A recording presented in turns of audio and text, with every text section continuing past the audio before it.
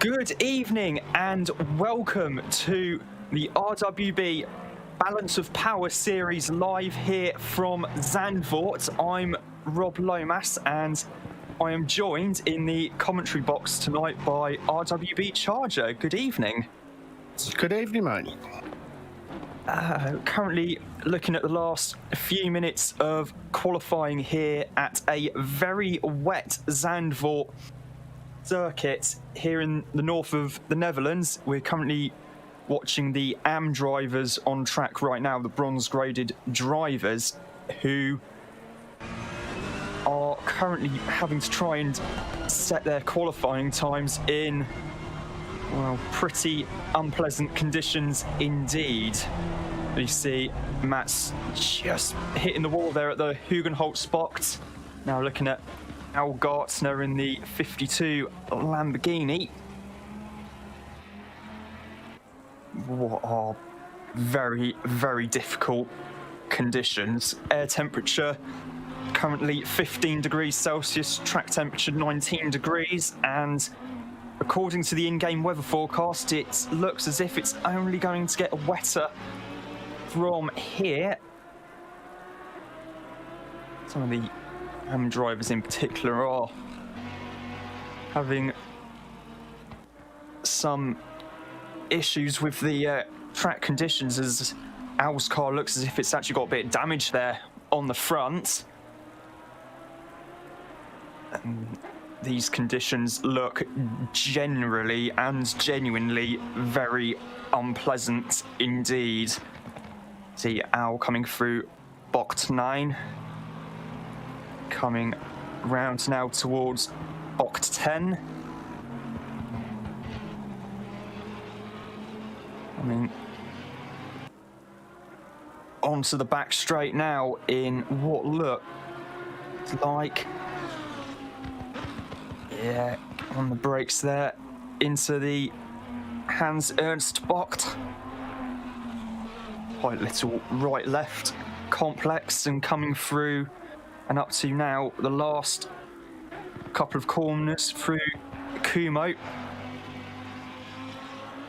Now heading for the Ari Leyendijk box, which is almost flat in the dry, but definitely not flat in these conditions, as RWB flak goes a little bit wide there.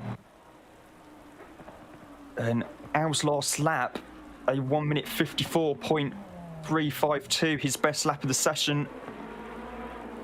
Now we see Nico Perez. Now Casper Nielsen. Casper currently in 25th place at the moment on a 149.925.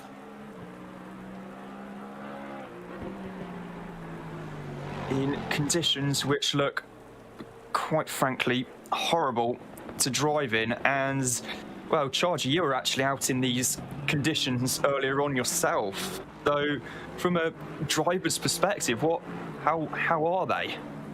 Awful. One word.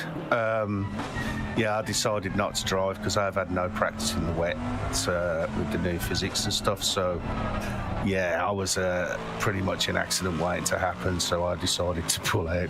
You could see, you can see the cars are just squirming all over the place. It's quite hard to get the temps, the pressure's up in the tyres. So they're going to have a tough time at the start. And of course, this is coming off the back of a very sizable update, which has made actually quite a lot of changes to the tyres and the physics of the tyres as well. So, seen quite a lot of chat on the RWB Discord server about teams having to alter setups to take into account for new tyre pressures. The brake ducts actually playing more of an impact as well. So, yeah, it's definitely looks pretty horrible out there, as Matt Sjöblom has just popped in a lap to go, 1.3 seconds quicker than Al Gartner. Go 28 fastest. We see RWB flak crossing the line. Casper Nielsen's already done the same. Just waiting for the last few cars to come past the pits. There's Nico Perez in the Boots and Ginion Racing M6 GT3. A bit of the old, little bit of a Scandinavian flick there into the gravel trap. And about to return to grid by the looks of things. Just waiting on the drivers to come across the line now. All of the the bronze graded drivers, excuse me. I think we got Peter Varga coming up to the final corner now in the number 16 Ferrari. He's 18th fastest at the moment, the fastest of the bronze graded drivers, which is actually quite an impressive lap because he's ahead of Simon Tribeck, RWB Godzilla, Eddie Warden. So, very good lap indeed as he comes just past us there at turn 1. Still looking at Nico Perez's BMW.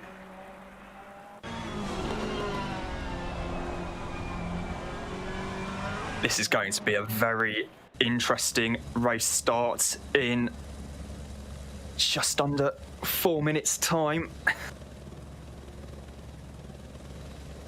Yeah, I was just looking at what max speed has wrote there. Have you pulled that as well?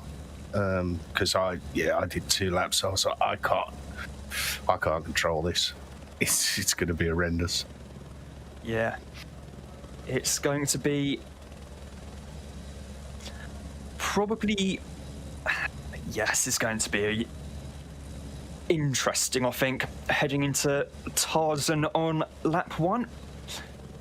Because, well, if anything, actually, the drivers at the back of the grid have a little bit of an advantage in that they've got a little bit more time to try and actually get some vague form of tyre temperature. Not that they're going to be getting much in these conditions, admittedly, but they are, as they're starting a bit further back, they've got probably almost the entire length of the straight between the Hanshurst, Bocht and Kumo to do that. So this is going to be, yeah, pretty interesting to say the least.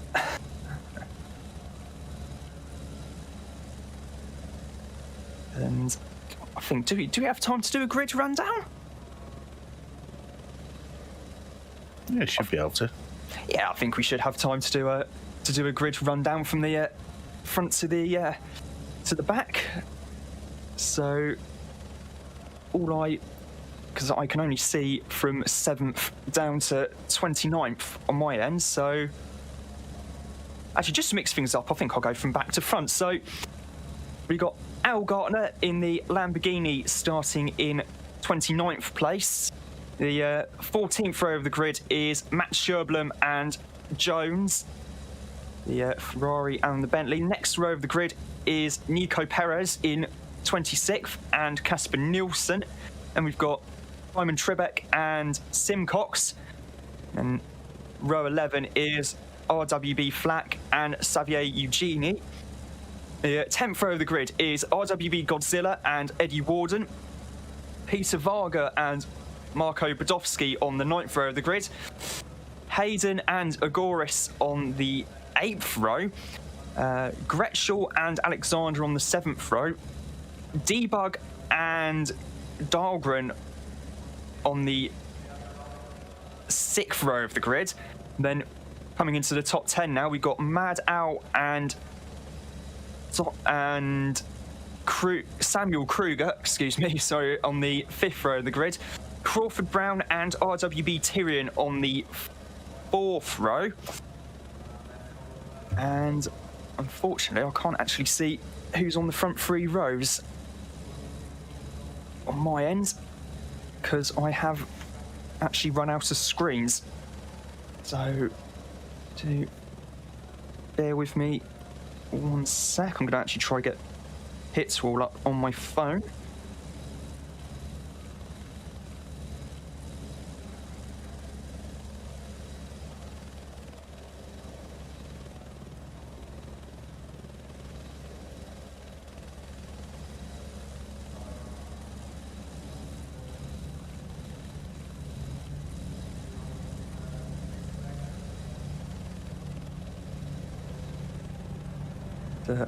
On the third row of the grid, we've got the 84 McLaren and the 888 Bentley, the 789 Ferrari and the 393 Ferrari on the second row of the grid. And then the first row of the grid, we've got the 71 Ferrari and the 38 Lamborghini. Yes, Kierton in place on row 1, Zappen, Castellarash on row 2, who are actually on board with Amir at the moment. Binnersley and Barton there on row 3, and already the spray is looking pretty immense, and RWB Tyrion's actually come into the pits already. Don't know if he has a technical issue or what there, but anyway, they're coming to the start line and the race is green. Good start there by the front few drivers. Let's see if they can all get around turn 1 cleanly.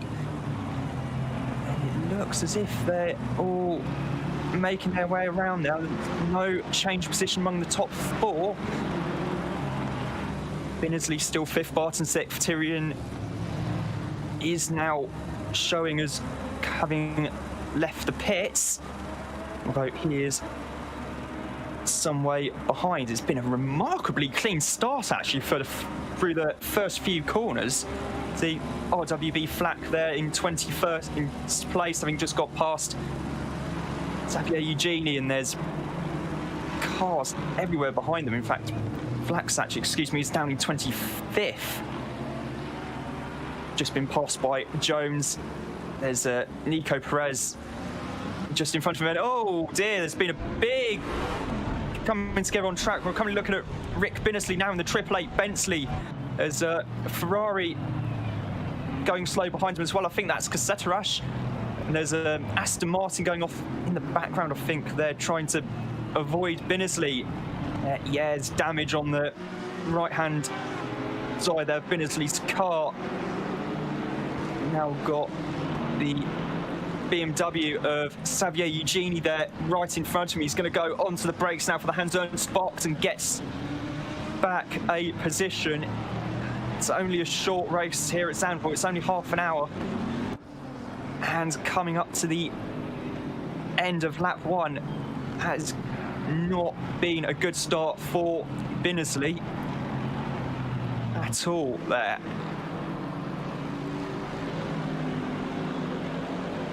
Coming onto the pit straight now.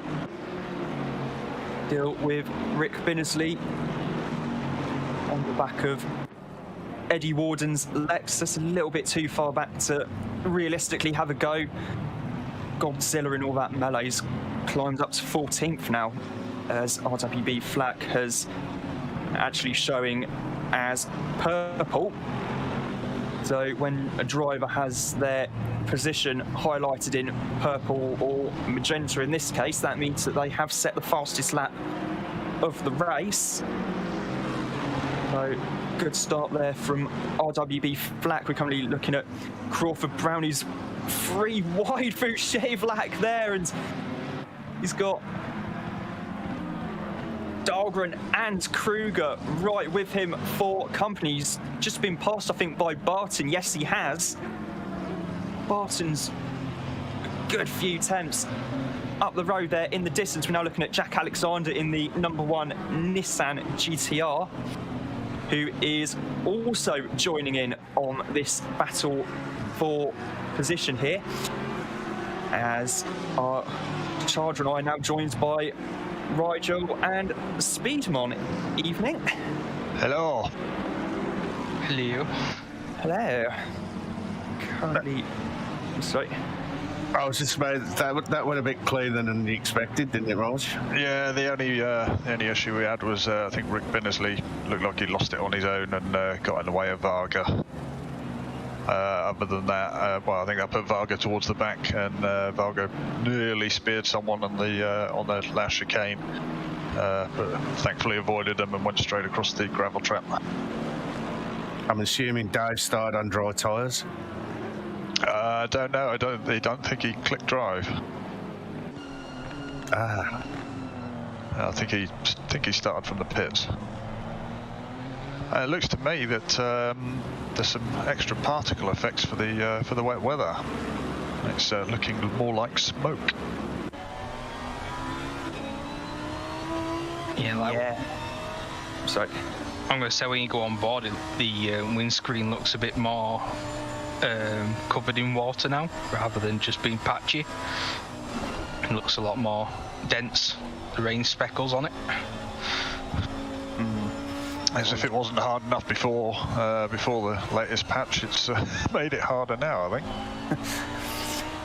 Yeah, we were actually talking a little bit about the patch during qualifying and the impact it's had on tyre pressures, tyre temperature, the fact that brake ducts now play more of a role in the car setup. So, yeah, it looks like it's, well, the drivers starting at the back of the grid may have had a little bit more of an advantage in that they had another 150, 200 odd metres to try and get some form of tyre temperature. And yeah, Varga's dropped down to 25th. So, not a good start there for Peter Varga at all. So have we got camera control, or are we're in auto? I think it's on auto. Alright, we'll have to hopefully get an onboard driving view at some point, and we can see these rain effects. First person. I was actually watching another race on ACC earlier this afternoon around Donington Park in the rain, and yeah, the visibility now when you're behind another driver it's even more like real life in that you actually can't really see anything.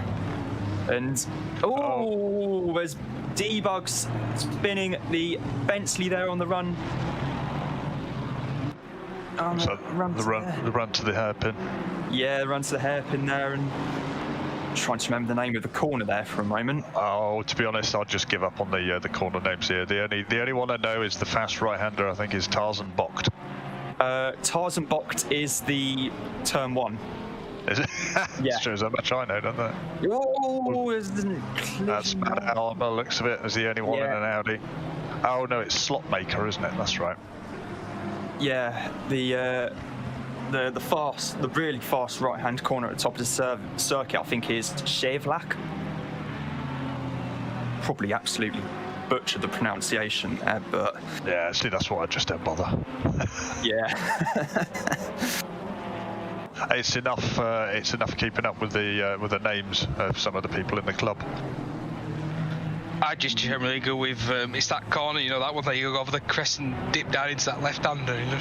That's usually my describing of the corner names around here. Yes, as we see, saw RWB Godzilla going and having a little bit of a off-track moment there at the Hans-Ernst Bocht. Coming up now into the final corner, which is flat or almost flat in the dry, and well, definitely not flat in these conditions. I was watching several people during qualifying, and a lot of people were struggling through there. Our favourite pronunciation, Amir Kasatarash, ran wide there several times, and I've watched a few other people, and they were either really getting off the gas to get around the corner or running wide, which you didn't want to do in the wet. Yes, this is a very...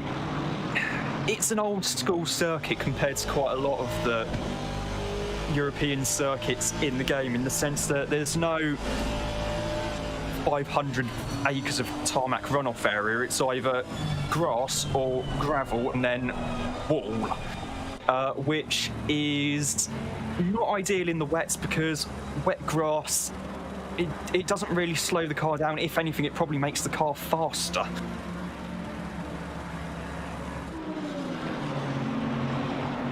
Yes. I'm sorry.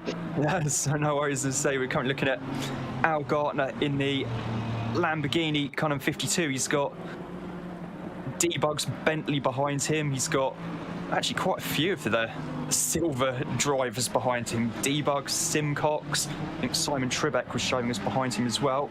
Now looking at Amir Kasatarash in the 789 Ferrari. Did his best lap there on the last lap of the race. Starting to wonder if the conditions are improving slightly, as I think Emo Place has actually just taken the fastest lap back from Kearton, and now Crawford Brown has just taken the fastest lap. So starting to wonder if the conditions are improving slightly. I think there is definitely a dry line starting to develop, and with any luck, that'll help dissipate the rain coming off the back of other cars, so the visibility will improve. Yeah, hopefully, because it's not a long circuit here, and whilst there is still a bit of a gap between the leader and the driver in last place, there's still it's still not really that much, relatively speaking, in terms of distance compared to some of the other tracks like Bathurst and Spa. Coming through Chevlac now into and up towards the Masters box. Actually, looking down the timing table, there's no real big gaps apart from between third and fourth, which is Emo Plate and Joshua Barton. And the next biggest one is down from 11th to 12th place. So it looks like a lot of people actually managing to keep a pace with each other. Yeah, which shows just how skilled all of these drivers are, given the conditions. In fact, there is a slightly bigger gap between Nico Perez and Matt Sherblum between 22nd and 23rd. It's showing as 5.2 seconds at the moment, although that's going to change any time now. I think it's now 6 seconds between Nico and RWB Tyrion, who is trying to mount a bit of a comeback drive in the 121 Lexus. Started 7th and ended up having to qualified 7th and had to start from the pit lane. So doing a good job so far in the Lexus, as we currently look at Jack Alexander in the Nissan GTR. Big Nissan. I didn't actually realise there's more than one Nissan in this race. There's Godzilla down there in 13th place. I think he's only really got Marco Badowski to worry about in the championship, so really just needs to be keeping tabs on where he's at and try not to stay too far behind him. Yeah, he's got the Aston Martin of Dirk Gretschel just in front of him, but at the same time he's also got a bit of pressure from behind from Eddie Warden in the 55 Lexus, and we're on board now with Amir Setarash.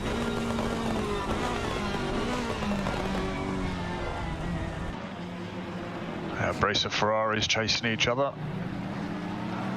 Yeah, I was looking at the through the windscreen, and you couldn't really see an awful lot there, and he wasn't even right on the bumper of Marco Badowski, so just goes to show how much water is being thrown up from the aero and the tyres on these GT3 cars nowadays. So I wonder with this patch whether patch and a bit of weather, whether to use a phrase, the balance of power in ACC has changed just slightly, because the all-conquering Bentleys seem to cope well with all sorts of situations, but they seem to be struggling in this. Whereas on the flip side of that, the Lamborghini seems to be doing well. Yeah, Lamborghini seems to be doing incredibly well indeed. Kearton's leading by 4.4 seconds from Zap and Emo Plate, both in Ferraris. And I know that when the game was, the patch was released, there was actually an update to the BOP in-game for various cars. So I don't know whether that's maybe playing a bit of a factor in this, but I did wonder when we were watching some of the live streams of the new patch coming out. When we watched Aris on stream, he was driving the Lamborghini, and I was thinking to myself, does he know something that we don't? I mean, I know they changed something with the steering geometry, which improved things a lot, but perhaps there's a little more gone on there than we perhaps realise. I think a lot of it could come down to the changes they made to the traction control. It doesn't seem as more intrusive as on the Lamborghini and Audi now. As well as, especially in wet conditions, with the traction being constantly on, the amount of cut that used to happen in the Audi and the Lambo, even in dry, was, you'd lose, if you got it wrong, you lose like a couple of tenths coming out a corner. So I wonder if a lot of that's helped it. You can rely on the traction control to, tame some of the wheel spin down in the wet now and not lose too much time. Yeah, and another key element of the patch as well was the introduction of the BMW M4 GT3, which isn't racing this evening, but will be available and eligible for the Kyalami 9 hours early next month. And I was watching a couple of friends of mine were racing them earlier at Donington Park, and despite starting at the back of the grid in their class, they were properly quick in the M4. So I don't know if it's because the M4 being so new and still having not actually really turned a wheel yet in real life, actually still need to sort the BOP out on it, but the M4 looks as if it could be quite handy indeed. Yeah, I believe that BMW still got to receive a BOP. Speed will correct me if I'm wrong. It's received a BOP to the other cars, but you do expect there to be adjustments made going on. Yeah, so if everybody's thinking about making the Kyalami the Kyalami BMW 9 hour, might be wise to have a careful think about that, because we may well see some changes before that race happens. Yeah, and we also saw just a few seconds ago Perry Agoris having a little bit of having to very much back out of an attempt at passing Amir Kasetarash up at the Hans Ernst box, and having to straight line it through the gravel. Lost him about 3 seconds on the 789 Ferrari. As meanwhile, Olivier Kearton has pretty much cleared off into the distance by RWB balance of power race standards. About 4 seconds now between him and Zap in second, as we see Nico Perez in this big battle here. He's got Peter Varga ahead of him, and he's actually got a few of the silver drivers getting involved as well now, as for that matter. And we currently see Dirk Gretschel getting a lot of pressure from RWB Godzilla in the Nissan. He'll know that Marco is currently P9 at the moment, so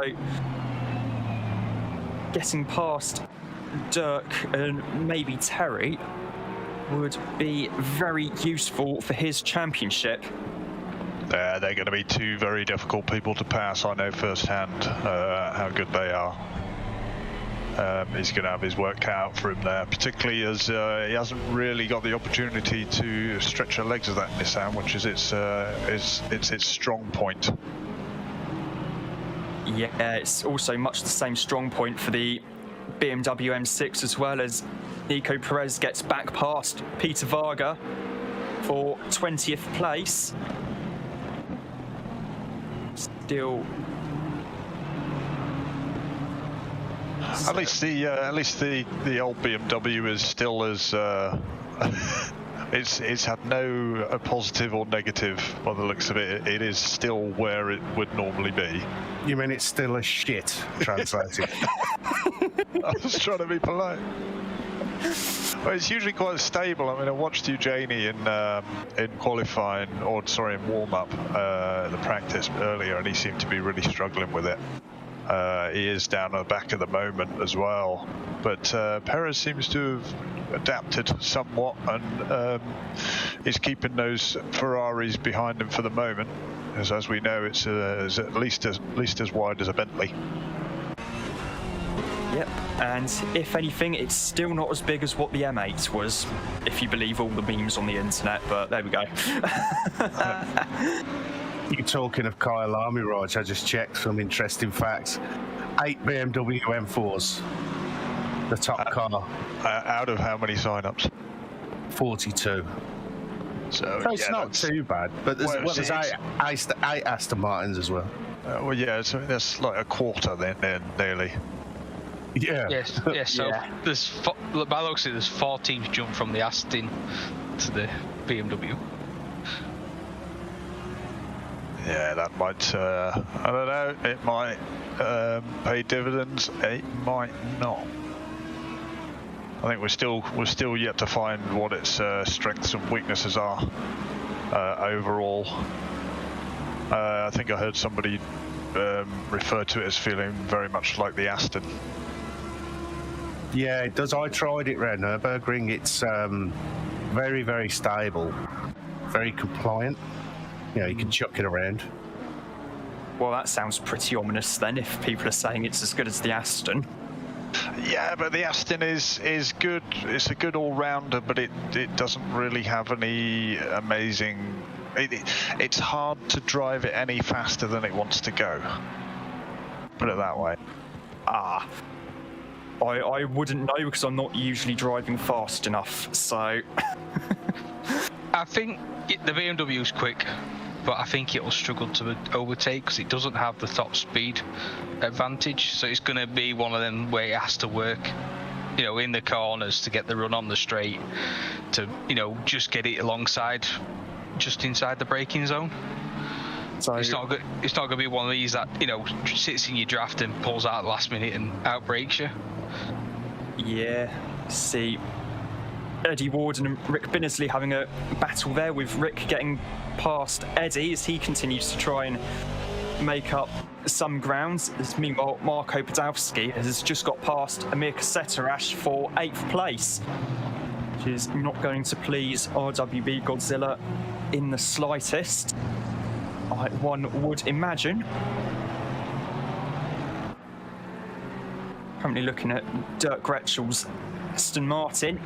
Got Terry Agoris just in front of him in the Porsche 911, and now on board with Samuel Kruger in the 360 Lamborghini. Currently in 6th place at the moment. And here we can, just for a moment, we could actually appreciate what the rain effects were like. Even though there is a bit of a dry line developed, it's still pretty horrendous. Yep. And all the overtaking here is, one would imagine, quite risky. Well, it's all about the main straight down to the first corner, unless you manage to press someone in front of you into a mistake. Yeah, I mean, if you're alongside, you can pull it off on the back straight on the way into the Hans Ernst box, and I've seen people actually make overtakes at that fast downhill right-hander as well, Shavlax. So, but well, if you're trying to make an overtake there, you need to be on the inside, preferably alongside, and just hope the person you're racing with sees you, because otherwise it's going to be a pretty big accident. Yeah, I think most of these races are all pretty well used to each other by now, so it looks like the accidents are happening less and less often. I don't think we've really seen any throughout this race, which is it's a bit of an oddity that the worse the conditions, the less incidents there seem to be. Yeah, because I think it was, I remember at Catalonia, it was absolutely bonkers. So, yeah, you're right. Maybe the conditions, meaning that the drivers are driving within themselves a little bit more to well, simply to try and actually stay on the circuit more than anything. But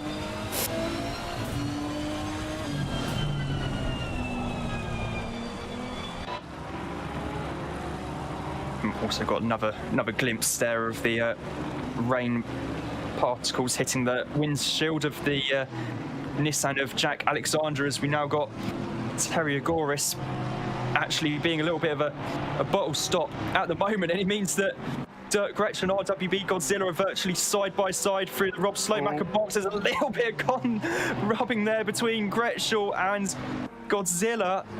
They were caught behind the Porsche of Tyre, and Godzilla and Gretschel managed to get alongside each other. One of them had to give. In that situation, it was Godzilla. Absolutely. And we see there Marco Badowski getting past Jack Alexander as well to go into 7th place.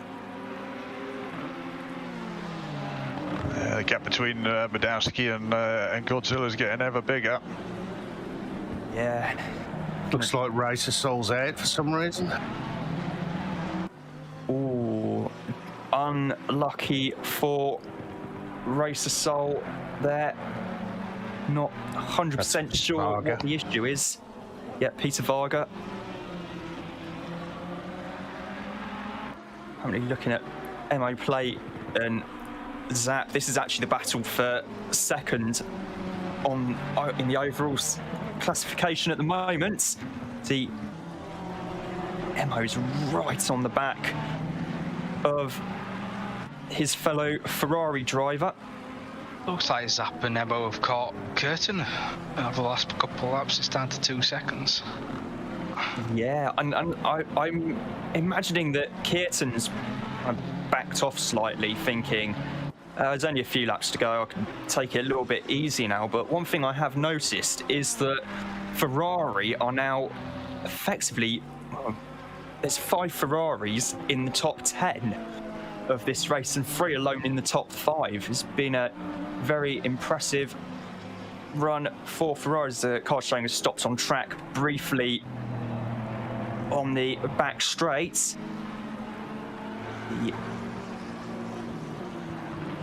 Just had a quick look at the stand-ins. Marco Badowski currently is 25 points ahead of Godzilla, and the points as they stand, if they were to finish this way, which is looking quite likely, there'll be an 18-point difference between them. So Badowski will stretch his lead up to 43 points.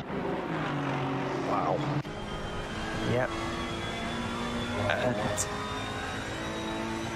that's going to be pretty hard to come back from, as meanwhile the battle for second is getting ever more intense as Plate has overtaken Zap, and Zap's just got back past Plate for second in the Ferrari, and Marco's actually just set the fastest lap of the race. And then we've got another Ferrari there of Scherblum being lapped, getting out of the way there on the outside of the left-hand hairpin. Certainly looking like the Ferrari's done quite well out of all of this, at least in the wet. Well, it looks as if the mid-engined cars have all done quite well, as it's Lamborghini, 2 Ferraris, McLaren, Ferrari, Lamborghini, Ferrari. Then the first of the front-engine cars in the Nissan in 8th of Alexander, and then Ferrari, McLaren rounding out the top 10. Yeah, good point. And that, yeah, that's it's. You wouldn't have placed a Nissan as being the leading front-engine car out of all of that, would you? Let me think. No. No, you wouldn't have. on previous records, you'd expect it to be a Bentley or even a Lexus. Lexus was always good in the rain. Yeah, and then all the front-engine cars seem to mostly be behind Terry Agoris's Porsche in 11th. You got Aston Martin, Nissan, Bentley, Lexus, Aston Martin, Bentley, Bentley, Lexus, Lexus, Bentley. That takes you from 12th down to 21st.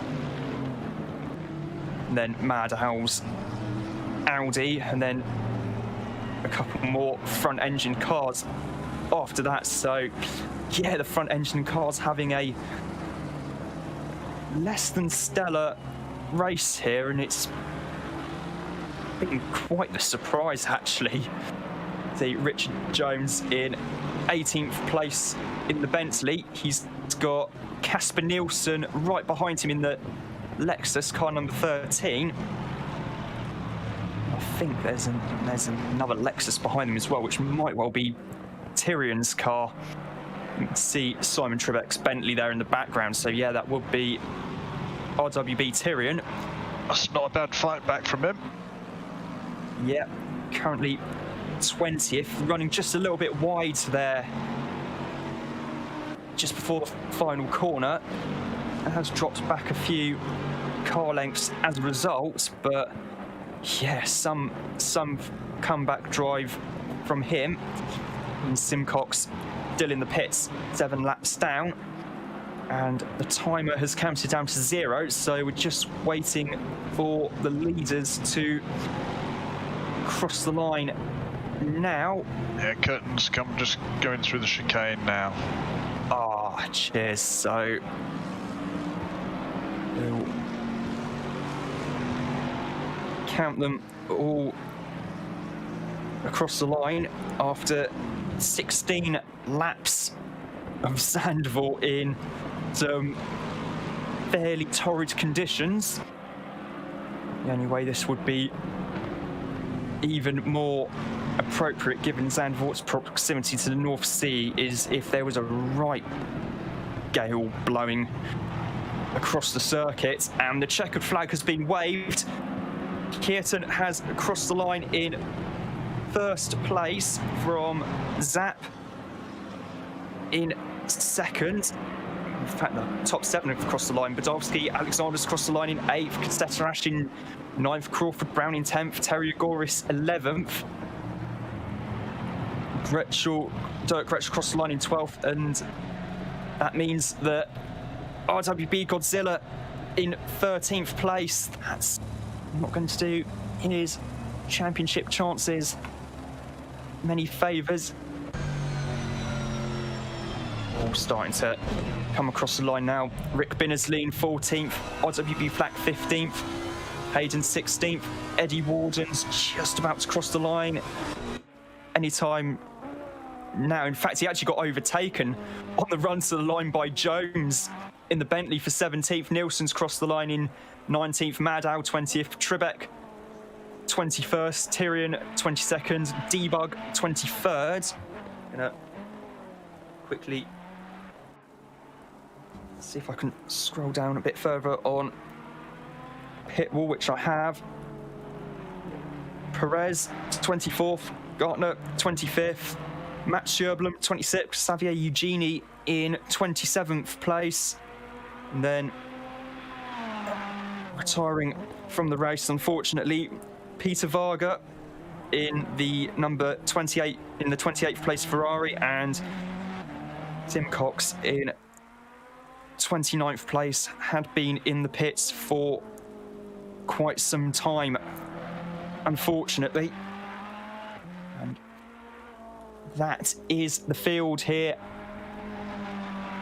at Zandvoort. Waiting for the drivers to all come back round to the pits. Mir Seterash there shown as being in first, presumably because he is the first of place of all the drivers on track. Still. Right, I'm going to hop off to another channel to oversee the start of the next race. So I'll leave you to talk to yourselves for a bit. Full course yellow. Shh. You got it wrong, Charger. It's full course yellow. So you can speculate whether it's going to be dry or not. Oh, well, if the forecast looks like it was earlier, I have my doubts on the weather side of things. But then again, I'm not a meteorologist. as we get a lovely little glimpse there of the rain lashing down onto the windscreen of some of the cars, and it was a jolly exciting race, that one. It was a lot cleaner than I was expecting it to be. I know there was a few incidents, but yeah, it's actually like driving on ice. They've done quite well. I think that's why there were also so few instances, because the drivers were actually driving well within themselves, knowing that this is going to be a bit dicey out here, but yeah, a lot of variables for the first race with the new physics and in the rain. Yeah, not a great combination you really want to start out in, is it? Well, not so much if you're driving. If you're commentating or if you're watching the stream, then it's absolutely fantastic. Just to really spice things up a little bit. I mean, the only way we could have had more Zandvoort-like conditions is if there was a 20 to 25 mile an hour gale blowing in off the North Sea. Well, the race one was at 1 p.m. and race two's at 7 p.m, so could well go dry. Yeah, it could be, although, it's going to be interesting to see given Zandvoort's proximity to the sea. It's actually the clouds and so grey that you can really make out the flares being waved in the grandstands, not the orange for Max Verstappen, himself a very keen sim racer indeed, but the generic flares in game. Waiting now for the start of the second race here at Zandvoort, which is why RWB Rating and RWB Speed Demon have left the commentary booth briefly, and yep, it's still raining. Oh dear. Yes, and I've just noticed something as well, is that in the weather section on screen, it's showing rain minus, which means it's actually going to decrease during the race. Well, that's the weather forecast. It might not.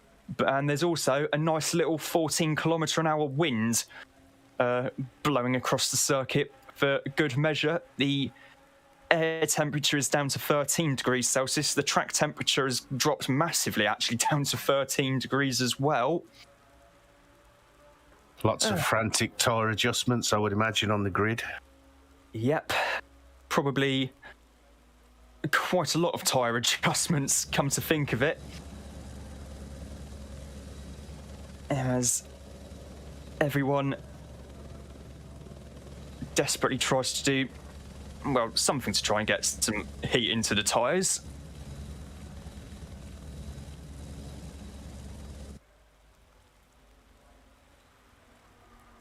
The grid is the same as it was for the previous race, which means it's Kearton, Plate, Zapp, Cassetta, Ash, Binnersley, Barton, Tyrion, Brown, Kruger, and Mad Owl rounding out the top 10.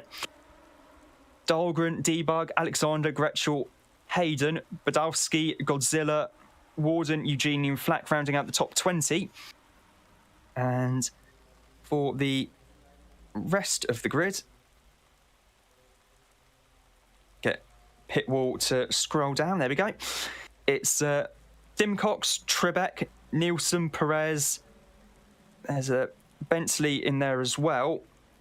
Matt Sjöblom, the 52 Lamborghini, and unfortunately, it seems as if a couple of drivers are out for this evening. I've noticed that Peter Varga, Racer Soul, his Ferrari, is not on the grid for this race, and I know there's another car not on the grid as well.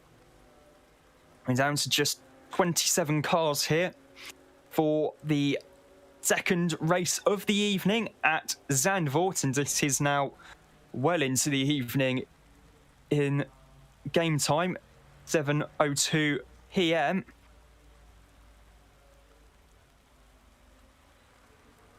Which is going to be pretty much headlights on conditions for the drivers.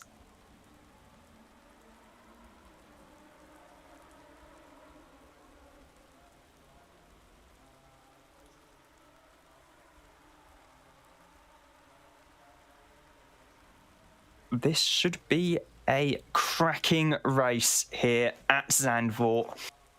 Conditions are still just as bad as they were earlier. And the mid-engine cars have all been very, very strong this evening so far. In fact, there's 3 Ferraris and a Lamborghini in the top 4. The front-engine cars did have a few issues in the first race. Rick Binnersley has been involved in a small incident. The RWB Tyre having to start the race actually from the pit lane. They come on the run now towards the second to last corner. Got Ferrari in Ferrari action there briefly, and coming up to the final corner now. See all the tyre marks. It's properly bad out there on track. Just waiting for the lights to go green, which they should do any moment.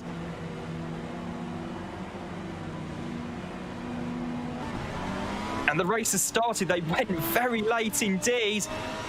We're currently looking at Olivier Kierton, who has the inside line for Tarzan. Little mistake there from Seterash.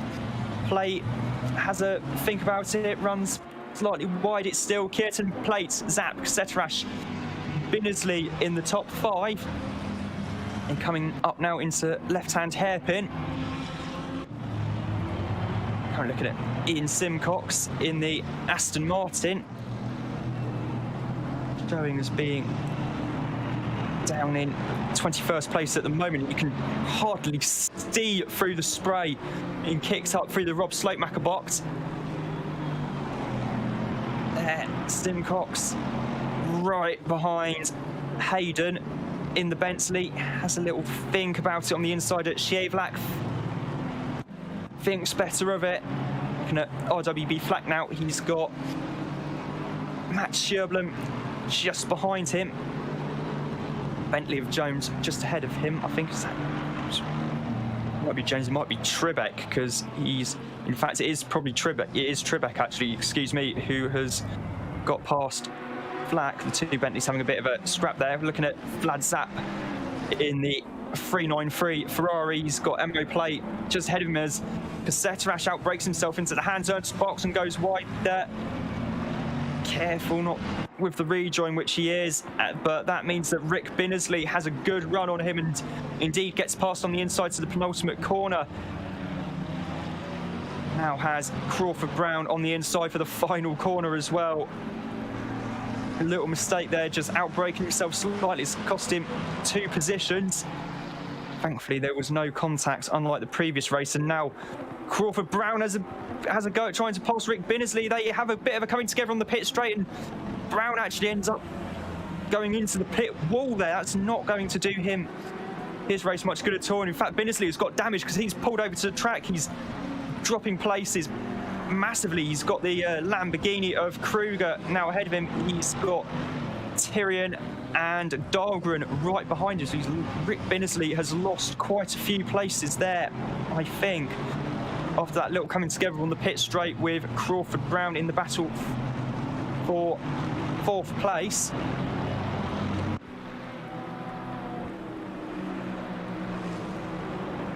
Currently looking at Ross Hayden in the 82 Bentley, still battling with Simcox for 16th place. Debug just ahead of them. There's a yellow flag for the exit of Schiavlak, and there's Rick Binnersley there in the Bentley, and there's, is that Seterash in the Ferrari? I think that might be. both gone off at Shavelak. Indeed, it is Amir Kassetarash who's gone off, as well as Rick Binnersley, which is a little bit of a confusing instant there, because Kassetarash was running quite a lot further up the field than what Rick was. Means that amidst all of that, Kruger's now in 6th, Tyrion 7th, Dahlgren 8th, Alexander 9th in the big Nissan GTR, and Marko Badowski is in 10th with RWB Godzilla about half a second or so in arrears. That was a lively start to the race.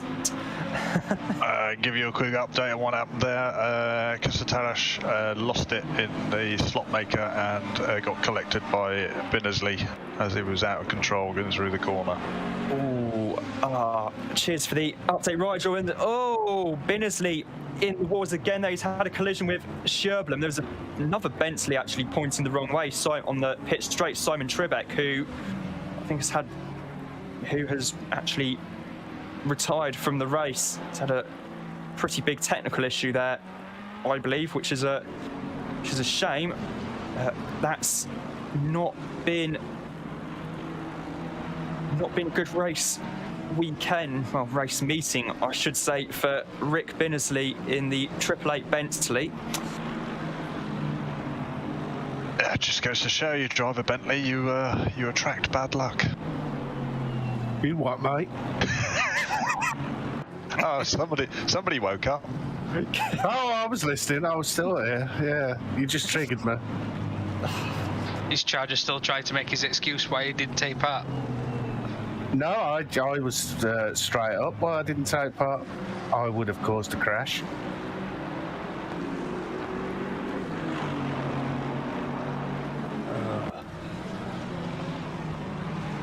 Well, Ian Simcox is still running in 15th place and still right behind Ross Hayden's Bentley, which means, given the he's quite lucky because the Bentley is a large car, so Ian should be able to get a decent tow, one would imagine, down the pit straight, given the size of the hole the Bentley's having to punch through the air. Lad Zaps just set the fastest lap of the race there in 3rd place, and Ross mate runs a little bit wide there on the way into the turn. That gives Simcox a chance to have a look on the inside. Thinks better of it. Is he going to have a dive up the inside of the left-hand hairpin? No, he has a big old moment on the brakes there and has to go wide a little bit, or as wide as he can at that corner. Now heading through the Rob Sloat Mackenbocht and into and up towards Shavelak. Coming past the chicane now into Shavelak as Olivier Kearton still leads by just under 2 seconds from MO Plate. Vlad down in 3rd place there. Mid-engine cars all running in the top 5 still at the moment. RWB Tyrion's Lex is the first non-mid-engine car, although quite a lot of the front-engine cars these days, the engines are so far back and half the engine looks like it's actually in the firewall that they might as well be mid-engine cars almost, because the engine being behind the front axle centre line. So clever packaging indeed. Currently looking at Magnus Dahlgren as he's battling for 6th place with RWB Tyrion. Tyrion's having a better race now. Yeah, he had, I think he had, I don't know what kind of issue he had at the start, but it was sufficient enough to warrant starting from the pit lane. So we're seeing RWB Tyrion running on the pace of where that Lexus realistically should be. And in this case, that's 6th place overall at the moment. There's a yellow flag on track. Someone's gone off at Tarzan. Back on the move now. Just noticed Josh Barton's struggling a bit in this race. I think he started in the top 5, did he? I think so, yeah. Just, slowly dropping back. I wonder if he's got some tyre pressures or some setup differences he made between race 1 and race 2. And he's gone the wrong way. Yeah, I think it could well be the case. As we saw, yellow flag at turn 1 was actually for Casper Nielsen, who was off in the gravel, and so was Rick Binnersley in the 888 Bentley. Yeah, just for good measure, Binnersley managed to give him a good old slap as he was coming back on the track. Yeah, that's not ideal. I mean, the Bentley is starting to look a bit second hand now. It's like when you see someone buy those TV programs where someone buys an old stately home in the countryside and it turns out to be run down, rotting away at the inside, and the whole thing has to be rebuilt from scratch. That's kind of the state Rick Binnersley's Bentley is in at the moment. Not to put too fine a point on it. I think a lot of people are struggling through this through the last corner on this race. We saw, who was it? Tribeck managed to lose the back end and was stranded at the beginning of the back straight, and it was Binnersley and one of the Ferraris that were, I think it was Matt Schublem, coming down the straight. They both managed to avoid Tribeck on the left-hand side, but as Schublem came back across to the left, Binnersley didn't move, and they had it coming together. That's a bad one. That's a very, very big accident there for RWB Tyrion at the. Just loses the back end and rear ends the barrier, and that would have done a lot of damage to the car. Yeah, I think it looked like he really threw the weight across from one side to the other as he committed to that right-hander. Yeah, the weight shifted him. It's also, I mean, if this was actually a real-life race at Zandvoort, they'd probably be having to red flag the race now to repair the barrier on that part of the circuit, because that is a very quick corner indeed. I think Tyrion will need some repairs after that. And some new shorts. I think he just radioed through to his pit crew requesting some new trousers. Yeah, it's not the ideal place to have an off-the-rob slope smack and box.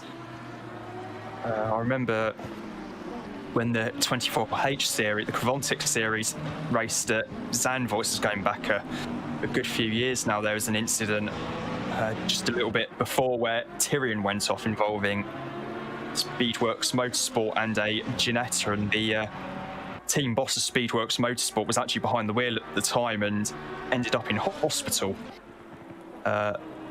So, yeah, it's not a good place at all to have an accident at Zandvoort. Currently looking at Olivier Kierton in the 38 Lamborghini. Hasn't pulled away quite as much as he did in the last race. His MO plate is right there with him, and Crawford Brown's actually overtaken Vlad Zapp for 4th. Sorry, third, excuse me. Plate set the fastest lap last lap, and now it looks like Curtin's getting ready to set maybe a fast lap here. Well, we did see that it seemed like Curtin had a bit of a drop-off towards the end of the last race, so he's going to have to be on his toes for MO Plate not to pinch it off him if he does have another moment like that. Also, the big difference with this race compared to the last one, there's a 14km/h wind. Yeah, Rob mentioned that. That's going to affect him a bit, isn't it?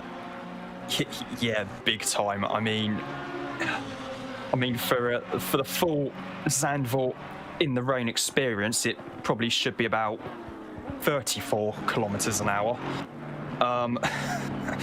Such as the proximity of the North Sea to the circuit, and Well, actually, another track where wind used to play a big issue was Estoril in Portugal. I remember reading that back in the day when they had the old little 125cc Grand Prix bikes, that occasionally, if there was a strong enough crosswind, it'd be enough to actually blow the riders off the bike altogether.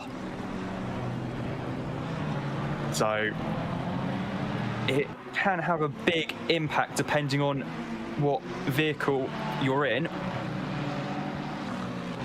So big GT3 car would, you'd imagine, be stable enough to not be affected too badly by it compared to a Formula One car, for example, with all the bits of carbon fibre hanging off of them like they have.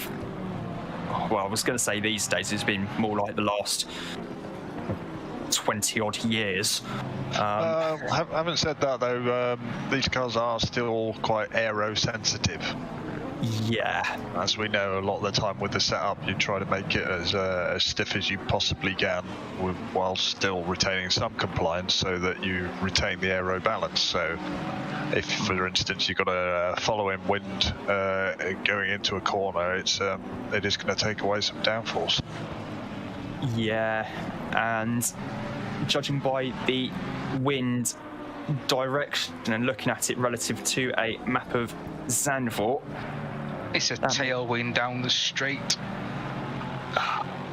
Yeah, it's going to be. Now it's changed again, and it's now done a U-turn. It's a tailwind down the straight, so that's why probably people are having problems on the exit of the last corner. You know, with it being such a high speed, you know, extra 14 kilometres an hour wind up your rear. Yeah, and this is, I should add, this is the pre-updated version of Zandvoort. They had to make some updates for the Grand Prix. So the tight left-hand hairpin at the back of the pits and the final corner both now have quite a considerable degree of banking on them. So I wonder if the final corner in these conditions with the banking would be flat out or not. They could have saved themselves some tarmac with that first hairpin, couldn't they? They just all ran around the outside of it. Yeah, pretty much. You see, Emo is now within half a second of Olivier Kearton, and Crawford Brown is about 4 seconds in arrears, but has set the fastest lap of the race. I'd be surprised if he catches him, but I wouldn't be surprised to see Emo Plate make a move in the next few laps. Yep. Crawford's last lap was fastest of anyone in this race, about just under halfway through now, as Marco Badowski trying to get past Alexander in the Nissan, but well aware that there's another Nissan right behind him with RWB Godzilla behind the wheel, and I wonder if we could see a little bit of team orders at play. I doubt it. Doesn't work like that way in this league, unfortunately. No, but if it was the Constructors' Championship on Tuesday night, then there definitely would be some form of team orders, as Marco is trying to find a way past Alexander in the Nissan, but given that the Nissan's quite a large car compared to the Ferrari, and Badowski's as close as he is, I'm surprised if Badowski can actually see where he's going, and I do have my doubts about that. Well, at least Godzilla's minimising his losses to Badowski this race. He's got to pray for a bit of luck that Badowski comes to a little bit of grief as he's trying to get past Alexander.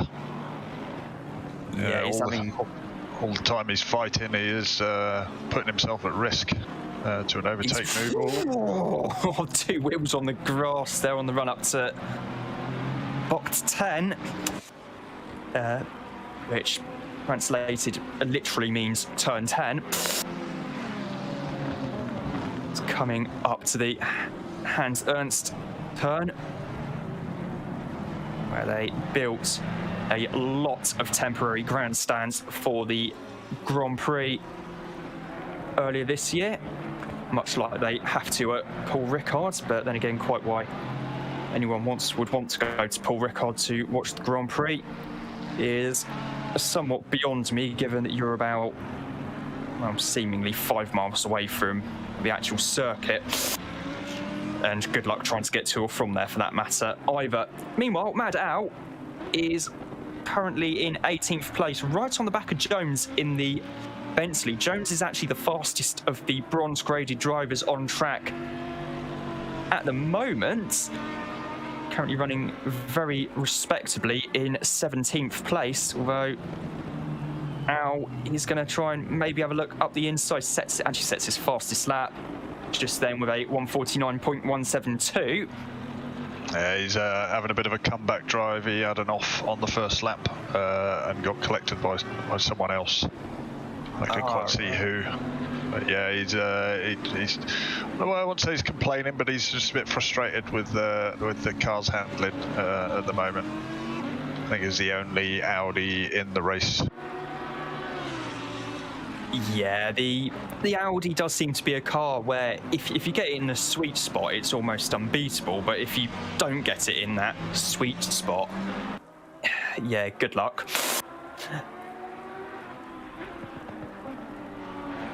Meanwhile, MO plate. Oh, there's a big old moment coming out of the penultimate corner there, which is... That's going to give Curtin a bit of a breather and also bring plate into the clutches of Crawford Brown. He was barely on the throttle there as well. Looking at the onboard in the replay from the Ferrari, he was hardly on the throttle at all, which gives you some idea how wet it is. They said the rain was going to ease off in the next 10 minutes, half an hour. Well, we could be seeing miscalculations with tyre pressures because the rain is easing off, and as you can probably see on the stream, there is a little bit of a drying line developed. Yeah, and Mo holds the fastest lap of the race at the moment, although he's going to have to set quite a few more and actually be taking about 4 or 5 tenths at least out of Kearton to try and actually catch back up to him. And as good as Mo is, I don't think, unless Kearton just backs off and cruises from now, which is unlikely, he's going to be able to catch back up to him. We're just having a scan back through the field now. We're down to Badowski, who's still chasing hard on Jack Alexander. Looks like Godzilla's dropped off a little bit off this little battle. He's actually being pressured by Eddie Warden, who, well, we can't really tell whether he's actually making ground on him or not, but he's keeping in close company. I think Warden was catching him. His last lap was a couple of attempts quicker than RWB Godzilla's, so... Moving back to Debug, who's been chased down by Simcox. I think Debug will be a bit happier with this race than the last one where he had a spin. Yeah, Simcox keeping close company, but then probably struggling with the lack of downforce as he's going through that last corner, as you see him clip the curb a little bit there. Josh Barton. Oh, we caught him at a good moment, didn't we? Look at that. That was that's going to be down the chippy for him. Catch of the day. Yeah, I think as Speed alluded to earlier, he might have made a little setup change, and he's struggling a little bit. He's holding 13th place and probably got enough of a gap to Hayden. Yeah, you'd imagine so. It's 5.3 seconds between Hayden and Barton at the moment, and with 7 minutes 19 seconds of the race remaining, with all due respect to Ross, I don't think he's going to be able to catch up to the McLaren. Just have a quick look at the split times as they come past. We look at Xavier Eugenie. who's having a little bit of a better run of it this time round in the BMW. I think he's probably finally got a handle on the conditions, and is probably benefiting from it drying out a little bit. Yeah, and actually saying what I said earlier, Hayden's got the gap down to 4.5 seconds, so it shows what I know, which is nothing. Al's making a good comeback. Oh, as we see Gretschel lose the back end there. Yep. Oh, that's unfortunate. Gonna be good news for Al. Closes the gap quite handily there, as it's definitely not going to be 7 seconds when they come past timing beam anytime now. It's got down to 2.8 seconds, so yeah, that mistake from Dirk cost him somewhere in the region of 5 seconds. I think we are seeing the balance change a little bit as the track gradually improves. Yeah, so not only the balance of power, but the balance of the cars, as everyone who was struggling earlier on for tyre temperature is probably thinking, great, this is better, and everyone who got tyre temperature super early on is thinking, God, the checkered flag can't come soon enough. That's the balance of moistness. Yep, the RWB Balance of Moistness series not coming soon. We got a brace of Lexuses Yep. in 20th and 21st place. As Tyre actually ran a little bit wide there coming up the final corner, which allowed Nielsen to catch up to the back of him. Do we got Al Gartner doggedly sticking to the job? He's out on his own a little bit there. Oh, Moise has just run wide and half spun. Just dropped 2 spaces behind. He's now behind Eddie Warden. Oh, he is. And he's behind, I've got a replay. coming into Masters box. He's trying to get a nice cut back. Box 9. He's gone Run too wide. Gone too wide. Half spins that allows. Oh, he actually hits Godzilla on the left rear. That's the championship contenders. That helps flip things around a little bit. Yeah, it does a bit for RWB Godzilla. Big time. Although I don't know what damage he's got. It doesn't appear to be slowing him down too much because he's pulled a couple of seconds. Although Badowski's going to have a look up the inside into Tarzan on Eddie Warden, but Eddie sticks very, very much to the inside line there, as Emo appears to be closing the gap a bit to Keaton. The gap's down to just 1.6 seconds. I've noticed. So maybe Keaton has backed off a bit, maybe he's struggling with setup, but either way, Emo is really pushing quite hard. Not long left to go here at Zandvoort. Maybe got 2 laps for the leaders. If he's gained that back that much after his little incident, it may end up actually being to his favour and be a well-timed run. Definitely, definitely a well-timed run at this rate. The Amir Kassetarash and Rick Binnersley, both of whom have well and truly been in the wars today, both starting on the top 4, top 5 in the grid, both currently duking out for 23rd and 24th, and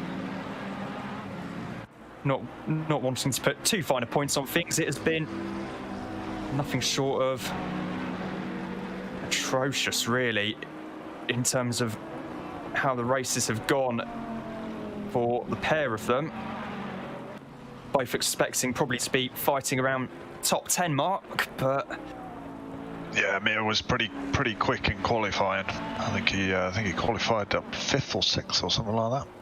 Yeah, I think both Rick and Amir were in the top 5 in qualifying, so for them to be 23rd, 24th is going to be quite disappointing for them. Meanwhile, we're looking at Matt Scherblem in the 555 Ferrari, currently 25th and last. Just jumping out of the way of the leaders. Yep, very heads-up driving from Matt, which is very gentlemanly of him, as we know what he's like. He also lets Crawford past Something as happened well. to Curtin. He dropped a second. Yeah, I don't know if it was because they were behind. They were trying to find a safe place to lap Mats Scherblum's Ferrari or not, but yeah, Kierton's really been struggling the last few laps. I don't know if it's a setup issue, tyre pressures, tyre temperatures, but yeah, Emo almost lost it. Well, in fact, he did lose it, quite frankly, coming out of Kumo box, and it seems like only a few laps ago, and it's now right on the tail of the Lamborghini. They've got, this is probably going to be the final lap of the race, I'd imagine, and Emo is right on the gearbox and the rear wing of the Lamborghini of Olivier Kierton. He's guarding the inside line. Is he going to run wide? I think he might. Looks like it, and Yeah, Emo sends it hard on the inside on what is most likely going to be the final lap of the race, and takes the lead at the Tarzan box from Olivier Kierton in the Lamborghini. What has still been a very mid-engine dominated race with 4 Ferraris in the top 10 and top 6 all being mid-engined. 2 Lamborghinis, 3 Ferraris and a McLaren. I wonder if those 2 liveries have got the same author. Well, Pretty similar, don't they? They do look pretty similar. I think Kierton's livery is a custom livery, whereas I do know that Iron Link, that is the actual Iron Link's livery in real life. Meanwhile, the battle for the lead dealt with. Now, looking back at RWB Tyrion, who's been closing up the gap to Jones there in the 57 Bentley. In fact, Tyrion on that previous lap, that his fastest lap of the race. He has a look up the inside into Tarzan box. Oh, keep an eye on that for you, as Mad Al's got past Dirk Gretschel there for 16th place. Good run from Al there in the what must be a very recalcitrant driving Audi. Meanwhile, Godzilla is on the back of Alexander, no doubt wanting to consider a dive at the Hans Ernst box. Leaders crossing the finish line now. Binnersley has stopped to get out of the way as Pla wins from Kierton, Crawford Brown in 3rd, and Rick's just crossing the line now. That could be a ploy because he's running out of fuel. Yeah, could well have been. Vlad in 4th there. Kruger coming home in 5th place. There's Mats in the background there in last. There comes Magnus Dahlgren in the Ferrari. Now looking at his huge gaggle of cars here, it's Alexander from Godzilla, from Warden, from Badowski. There's, Debug and Dimcox in the background there as well. Dimcox goes for the no brakes option.